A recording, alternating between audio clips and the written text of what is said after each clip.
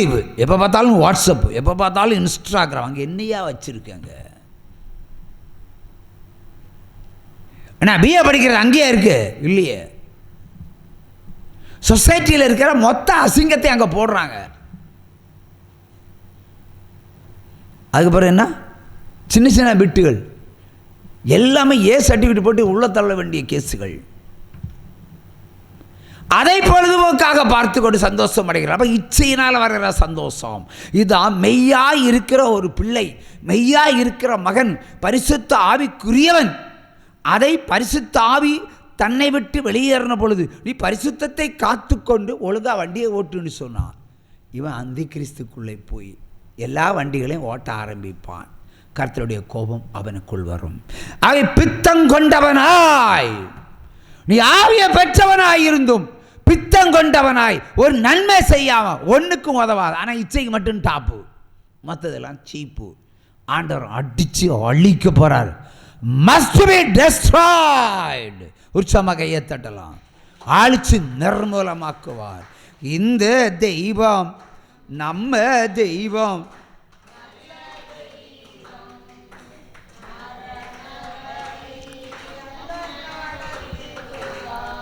இந்த தெய்வம் நம்ம தெய்வம், நல்ல தெய்வம்.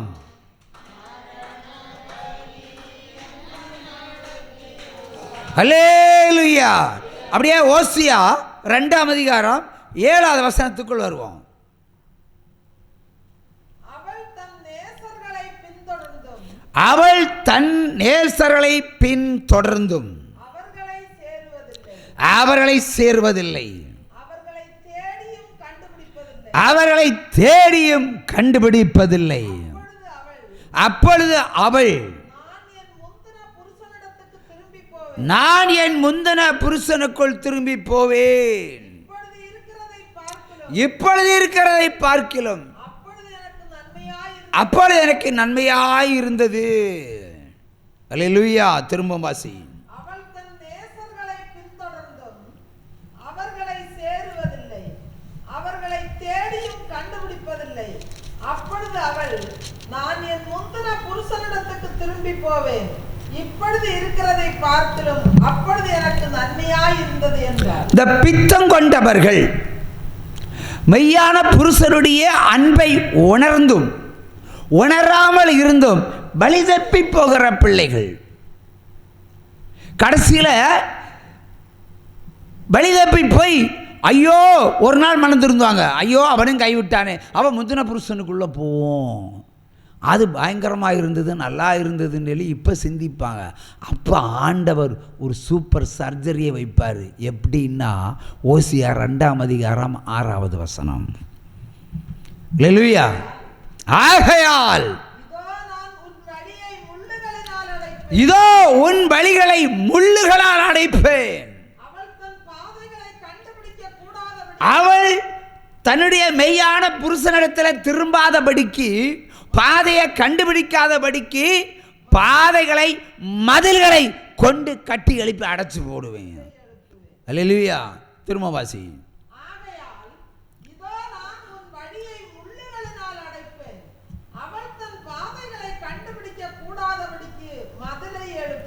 அல்லேலூயா. அவை கர்த்தருடைய வார்த்தையை கேட்டு செவி கொடுத்தான்படி நடக்கணும். பரிசுத்தமான பாதையில் பரிசுத்தத்தை இழந்து போனா திரும்ப பரிசுத்த பாதைக்குள் கடந்து வருது மிகவும் கூடாத காரியம். அவர் என்ன சொல்ல, நீ திரும்பி வரும் பொழுது உன் பாதையில் முள்ளெல்லாம் போட்டுருவேன், முள் காடுகளை போட்டுருவேன், அப்புறம் நடந்து வர முடியாது. அப்புறம் நீ வேற வழியை தேடுவ, அங்கே மதிலை கட்டி வச்சிருப்பாரு, எப்படி பார்க்கலாம். அண்டு கர்த்தரை ருசி பார்க்கிறவன் ஒரு காலம் பின்னிட்டு போகக்கூடாது. காசுக்காக, பணத்துக்காக, இல்லை வேசித்தனத்திற்காக, இல்லை சந்தோஷத்துக்காக, அற்ப காரியங்களுக்காக, பெருமைக்காக கர்த்தரை விட்டு விலகாதீர்கள். கர்த்தர் உங்களை உண்மையை தரமாட்டார், அவ்வளோதான் சொல்லுவேன் நான். ஆனால் விலை மதிப்பிட முடியாத ஒரு பரிசுத்தத்தையும் சமாதானத்தையும் என் தேவனால் உங்களுக்கு கொடுக்க முடியும். அதுக்கு நான் கேரண்டி. பணத்துக்கு நீங்கள் வேலை செஞ்சாதான் கிடைக்கும். உற்சாகமாக கையை தட்டுங்க. அல்லேலூயா. ஆகவே பரிசுத்தம் நமக்கு தேவை. பைபிள் எவ்வளவு கடுமையாய் பேசுகிறது. பரிசுத்தத்தை இழந்தால் திரும்ப சேர்வது கூடாத காரியம். ஆண்டவரே முள்ள போட்டு வச்சிருவார், அவரே மதலை கட்டி வைப்பார், உன் பாதையை மறைச்சிருவார். பித்தங்கொண்டவர்களாக அலைய வேண்டியது வரும். ஆகவே கிறிஸ்தவன் சொன்னால் இப்படித்தான் இருக்கணும், இப்படித்தான் வாழணும். இல்லைன்னா மீகா 6ஆம் அதிகாரம் 13வது வசனம் வாசிப்போம். அல்லேலூயா. இந்த தெய்வம் நம்ம தெய்வம், நல்ல தெய்வம்.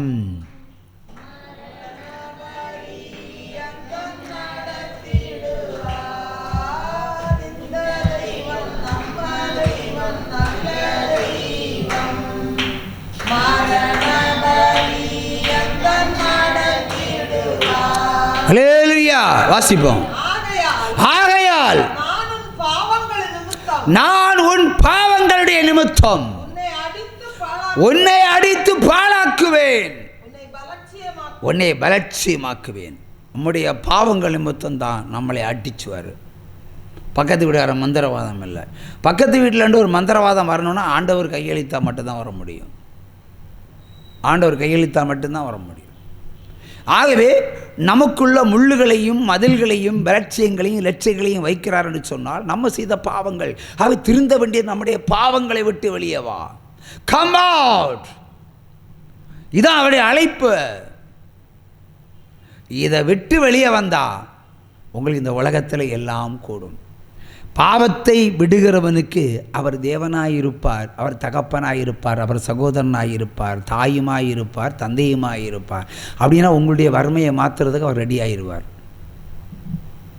நீ ரோட்டில் நடந்து போ, ஒரு பொக்கிஷத்தை எடுத்து கையில் வந்துடுவார். நீ கேரளாவுக்கு போ, ஒரு கொடியை தூக்கி கையில் வந்துடுவார். அதான் நம்முடைய தேவன். ஆனால் அதுக்கு முன்னாடி எல்லா பாடுகளையும் நம்ம தாண்டணும். இந்த பாடுகளை தாண்டுகிற வேளையில் இயேசு கிறிஸ்து எனக்கு வேண்டாம், அந்த கிறிஸ்து எனக்கு வேண்டும் என்று சொன்னீன்னா ஆண்டவர் அழிச்சே போட்டுருவார். அந்த கிறிஸ்துவை அழிக்கும் போது அந்த அந்த கிறிஸ்து கூட்டங்கள் அழிக்க மாட்டாரா? சபக்காடுகள் தோன்றும் என்கிறார், அதில் ஒன்றாய் நாம் இருக்கக்கூடாது. உற்சாகமாக கையை தட்டலாம். அல்லேலூயா. ஆகவே ஜாக்கிரதை, ஜாக்கிரதை, ஜாக்கிரதை. எந்த விதத்திலும் ஒரு அசுத்தாவி நம்மை தொடக்கூடாது. ஒரு சகோதரி என்னிட சொல்லுவான், பாளையங்கோட்டையிலிருந்து, என்னிடத்துல இருந்து பாவம் செய்கிற சாத்தான் ஒரு நாள் ஒளிஞ்சு போக மாட்டான். முதல்ல பாவத்தை விடு, பாவம் செய்த சாத்தான் ஒளிஞ்சு போடுவான். உடனே கவுண்டர் அடிக்கிறாங்க. அது நீங்கள் தானே பிரசங்கம் பண்ணீங்க. ஒருவன் பாவம் செய்கிறான்னா பிசாசால் உண்டாக இருக்கிறான். நீ இடம் கொடுத்தா அப்படி தான். ஏன் இடம் கொடுத்தேன்னு அடுத்த கேள்வி கேட்குறேன். அது எனக்கு தெரியல. நீ பிரமாணத்தை எப்பொழுது விட்டு விடுகிறாயோ அதுவே அவனுக்கு வைத்த பாதை, அவன் உள்ளே புகுந்து வருவதற்கு. நீ பாதையை செம்மைப்படுத்தினால், வசனங்களுக்கு செவி கொடுத்து நடுங்கினால், எந்த தேவனுடைய ஆவியும் உன் பக்கமே வர முடியாது. பார்த்துட்டு சும்மா தான் போகணும். உற்சாகமாக கையை தட்டுங்க. இந்த பக்கம் சித்திரங்கோடு ஒரு காலத்தில் ஒரு லேடி வந்தாங்க. அவங்க விற்கிற தோப்பில் இருந்து ஒரு கிறிஸ்தவனை கல்யாணம் பண்ணி நல்லா இருக்கிறாங்க. அப்புறம் பிள்ளை, நான் ஏற்கனவே சொல்லியிருக்கிறேன், ஒரு பிள்ளை இருக்குது. இப்போ பிள்ளைக்கு எப்போவுமே ஜுரம். அப்போது இந்த பொண்ணுக்கு அம்மாக்காரி அப்பப்போ அவங்க பூர்வீக கோயிலில் பலிகளை செலுத்துவாங்க. ஆடு, மாடு, கோழி. என்ன சொன்னாலும் ஜுரம் தீராது, என்ன சொன்னாலும் ஜுரம் தீராது. புருஷன் ஒரு ஆர்சி சகோதரன். அவள் தீவிரமான ஜபங்கள் இல்லை, வழிமுறைகள் இல்லை. ஒரு முறை கேள்விப்பட்டு பிள்ளையை தூக்கிட்டு இங்கே வந்தாங்க. நான் ஒரு பொருத்தனை, என் ஊழியமே பொருத்தனை ஊழியம்தான். ஏன்னா பாவம் செய்யாதவனுக்கு பொருத்தனை கிடையாது. அடுத்து தேவன் யாரை ஆசீர்வதிக்கிறாரோ அவர்களுக்கு கட்டாயம் பொருத்தனை உண்டு. ஏன்னா ஆபிரகாமிடத்துல ஈசாக்கை வாங்கி தான் ஆசீர்வதிச்சார். அதே மாதிரி பொருத்தனை என்பது பல கட்டம். சோதிக்கப்படுறவனுக்கு உண்டு, ஆசீர்வதிக்கப்படுகிறவனுக்கு உண்டு. முற்காலத்தில் ஜென்ம பாவம் இருந்தாலும் பொருத்தனை உண்டு. நீ மாமிசத்தில் பாவம் செய்தாலும் பொருத்தனை உண்டு. இதுதான் நம்ம வழி, இதுதான் கடவுளுடைய வழி. அப்போ பொருத்தனை செலுத்து பிள்ளை சுஸ்தமாகனு சொல்லி ஒரு பாட்டில் அன்னைக்கு எண்ணெய் 10 ரூபா, சின்ன பாட்டில் 50 கிராம் வாங்கி ஜோம் பண்ணி விட்டேன். அன்று ராத்திரி ஜுரம் தீர்ந்தது. 6-7 மாதமாகி மருத்துவர்களால் முடியாதது 10 ரூபாய் எண்ணெயில் அது குலைந்து சுஸ்தமாச்சு. சந்தோஷத்தோடு இங்கே வந்து சாட்சி சொன்னாங்க. என் முகத்தில் தான் சாட்சி சொன்னாங்க. ஏனென்றால் அன்னைக்கு தொலைக்காட்சி இல்லை. அவ எப்படி சொன்னாங்கன்னு சொன்னால், இனி ஜீவித காலத்துக்கும் இந்த விக்கிரங்களை பார்க்கவே மாட்டேன்னு இவ இங்கே சவால் விட்டா. இந்த அம்மா என்ன செய்யுது, ஒரு நாள் பெத்தாம்மா விட்டு போகுது.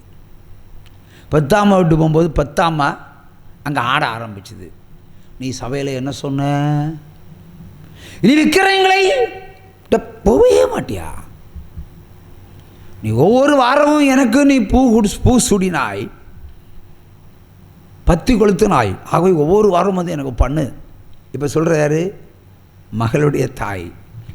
நான் அதெல்லாம் செய்ய மாட்டேன், அதெல்லாம் இனி செய்ய மாட்டேன். நான் இப்போ எஸ்எப்பா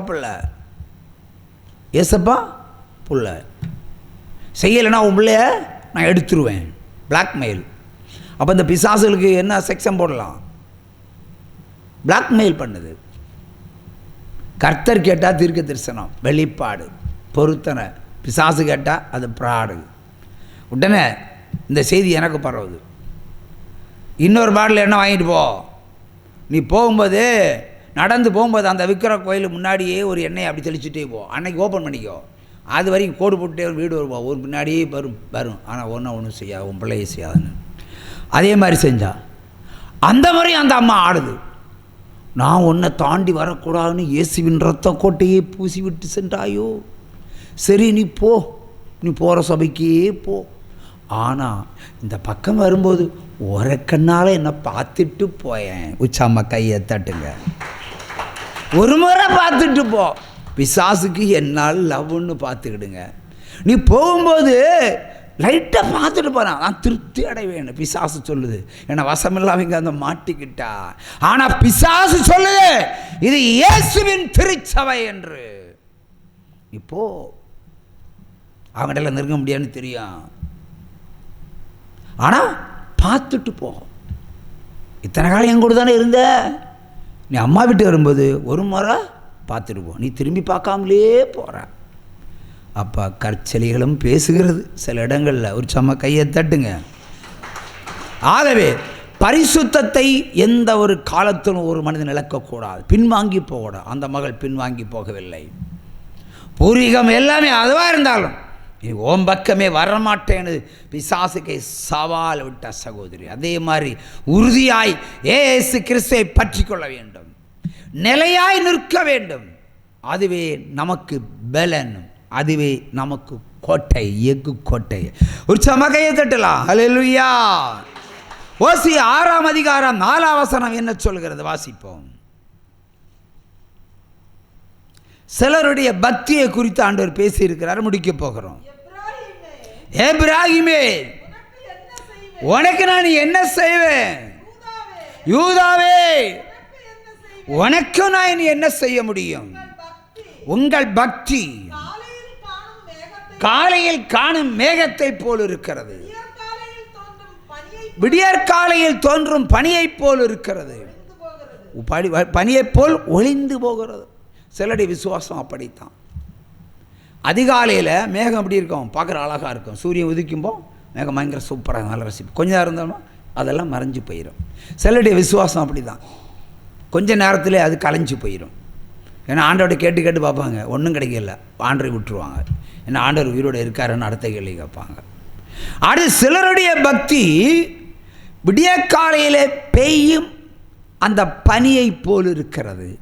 சூரியன் உதிப்பதற்கு முன்பாக பனி மழை பெய்யும். அது தாவரங்களில் செடிகளில் பார்த்தா மழை துளிகளை போல் இருக்கும், மென்மையாகவே இருக்கும். உண்மையான ருசியான பதார்த்தம். அந்த பனித்துளியை குடிச்சு பாருங்கள், உடம்புக்கே நல்லது இல்லையா? ஆனால் அது சூரியன் உதித்ததுமே அது மறைத்து போயிடும். சிலருடைய பக்தி அப்படித்தான். விசுவாசம் தள்ளாடக்கூடாது, நிலை நிற்க வேண்டும். தாவீது சொல்லுவான், என்ன வந்தாலும் எது நடந்தாலும் நான் கர்த்தரே ஸ்தோத்திரிப்பேன். அதான் நம்முடைய கடைசி பாயிண்ட். நம்முடைய வாழ்க்கையில் எல்லாமே நடக்கலாம், நடக்கக்கூடாதது நடக்கலாம், எதிர்பார்க்காத சம்பவங்கள் நமக்கு நடக்கலாம். நாட்டில் நடக்கலாம், வீட்டில் நடக்கலாம், என் கட்டண பொண்டாட்டிக்கிட்டே நடக்கலாம், என் கட்டண புருஷன்கிட்டே நடக்கலாம். ஆனாலும் கர்த்தரை பற்றி இருக்கிற அன்பு அது விடக்கூடாது, பிடிச்சு நிறுத்தணும். உற்சாம கையை தட்டுங்க. அல்லேலூயா. அது வழியே போகக்கூடாது, அந்த கிறிஸ்து எடுத்துகிட்டு போகக்கூடாது. நான் விழுப்புரத்தில் ஒரு சகோதரிக்கு ஊழியம் செய்தேன், தாஸ் என்ற சகோதரனுக்கு ஊழியம் செய்தேன். அவர் இப்போ உயிரோடு இருக்கார்கள் எனக்கு தெரியாது, வருஷங்கள் ரொம்ப ஆச்சு. அவர் என்னுடைய ஒரு தீவிரமான விசுவாசியாக இருந்தார், இப்பொழுது தொடர்பு கொள்ளவில்லை, வயதானவர் தான். அவருக்கு ஒரு பெண் பிள்ளை, ஒரு சப் இன்ஸ்பெக்டர் கல்யாணம் பண்ணிக்கிட்டார். அவர் மாற்று மத சகோதரன். 7 ஆண்டு காலம் அந்த சகோதரி கல்யாணம் ஆகி பிள்ளை கிடையாது. நான் உடனே சொன்னேன்,